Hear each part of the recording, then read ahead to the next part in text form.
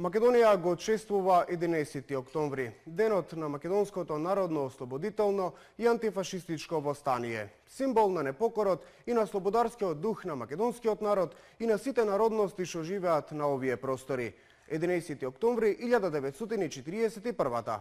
Борците на првиот прилепски партизански одред ги напаѓаат бугарската полициска станица, бугарскиот затвор и телефонско-телеграфската мрежа. Првиот куршум го испукува Душко Наумовски. Тој е човекот кој го испукал првиот истрел. 20-годишниот Душко Наумовски е еден од 16 млади прилепчани, поделени во 3 групи кои ја добија историската задача во таа октомвриска ноќ 41-та да нападнат значајни окупаторски објекти. Го убива стражарот пред участакот. Нашите истражувања покажаа, Душко живеел со совеста дека го убил човекот со кој се соочил в лице. По ослободувањето Наумовски дознава за вдовицата на убиениот стражар. Неговиот колега и другар од детството, 90-годишниот Драган Момировски, бил сведок на помошта што ја пружал Душко. Од тогаш стално идеше и помагаше во продукти, во динари, речено, се што требаше, имаше обврска. Оти тој од Битоцките села бил. И тан сметаше дека за револуцијата што ги извршил исправно било. Та не го винуваше никако. Војната е поминува в затвор, не зборувал многу за самиот чин кој за борците е восхитувачки. Тој чин што го е сторил е повеќе него она што се вика восхитува. А како да човек храбар. Душко несомнено извршува посакуван чин, произлезен од идеалите за слободна татковина. Него му била дадена наредбата да пука, тој ја посакувал на некој начин таа, бидејќи сите тие кои што биле избрани, биле херои. По работата во полиција, Наумовски е еден од првите директори на Прилепскиот, а потоа и на Битолскиот театар. Прилеп на 2 места го чува споменот за Душко Наумовски. Во меморијалниот музеј 11 октомври се фотографиите и фактите за човекот кој со истрелот го означи почетокот на победоносното народно востание, а овде пред Народниот театар, пред неговата биста, се чува љубовта на Душко Наумовски кон уметноста.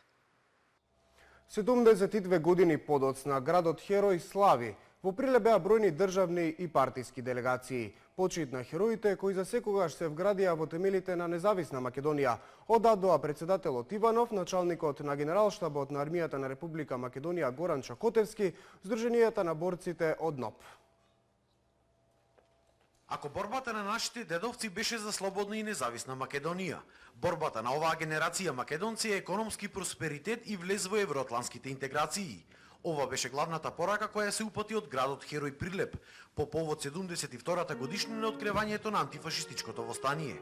Свеченоста започна синоќа со огномет и импровизиран напад на участокот, а продолжи денеска со положување на цвеќе на спомениците на Кузма Јосифовски Питу, Ченто и могилата на непобедените. Навистина секогаш Прилеп несебично застанувал на браникот на својата татковина, така било досега, така ќе биде и од сега понатаму.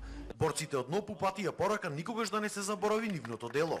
На свеченоста присуствуваше и председателот на Македонија Ѓорѓе Иванов, министри од владата и представници на голем број политички партии. Секоја генерација има своја борба и секоја генерација мора да донесе одлуки кои што ќе одредат нејзината иднина. Арама имаше изложба на својата опрема. Може да се детектираат присуство на вируси и патогени бактерии, на пример антракс, двата типа на антракс, антракс 1 и антракс 2, сипаници, чума.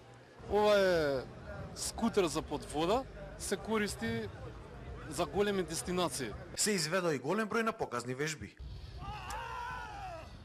Ние сме во потпуност компатибилни со и останатите армии не само во регионот, него и во останатите земји на НАТО. Најинтересниот момент од показната вежба на Арама се случи кога беше изведена симулација на борба и симнување на повреден припадник на армијата од највисоката зграда во градот со помош на јажиња.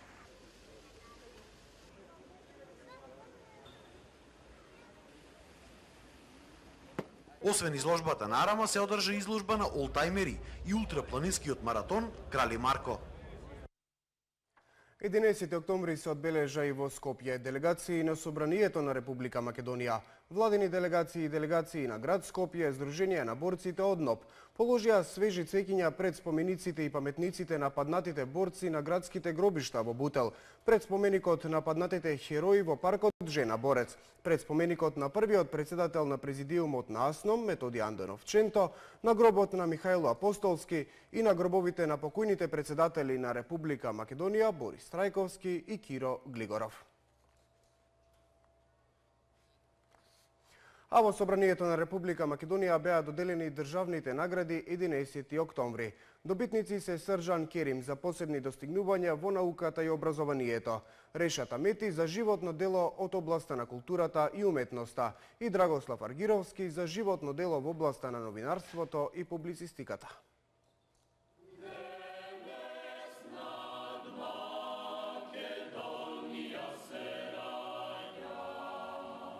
Науката, уметноста и творештвото не признаваат големи и мали граници, туку креативност, инвентивност и вистински вредности и стандарди.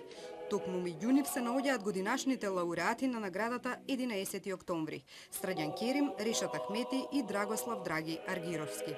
Една ваква висока државна награда дојде во новинарски раце.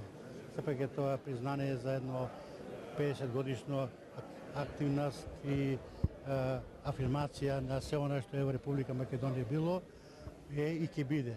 Чинот на примањето на наградата 11 октомври за Керим е повозвишен и од неговото председавање со Генералното собрание на Обединетите нации, а емоциите се посилни. Образованието и науката се клучни компоненти за развојот на нашето општество, за подигање на квалитетот на живење и за обезбедување на идните генерации и нивната екзистенција. Задоволство и клима на емоции и од Ахмети. Тројцата лауреати зад себе имаат богат творечки опус. Керим во економијата и во дипломатијата, со 17 книги и огромен број на статии. Председавач на 62-то Генерално собрание на Обединетите нации, а сега професор на ФОН. Ахмети, ликовен уметник кој експериментира со геометријата и абстракцијата. И Драгослав Аргировски, поранешен новинар во македонската телевизија и еден од незините пионери, кој за својата успешна работа добил многу признанија. Автор на 17 публикации, сега е председател на Сдруженијето на пензионерите на Македонија.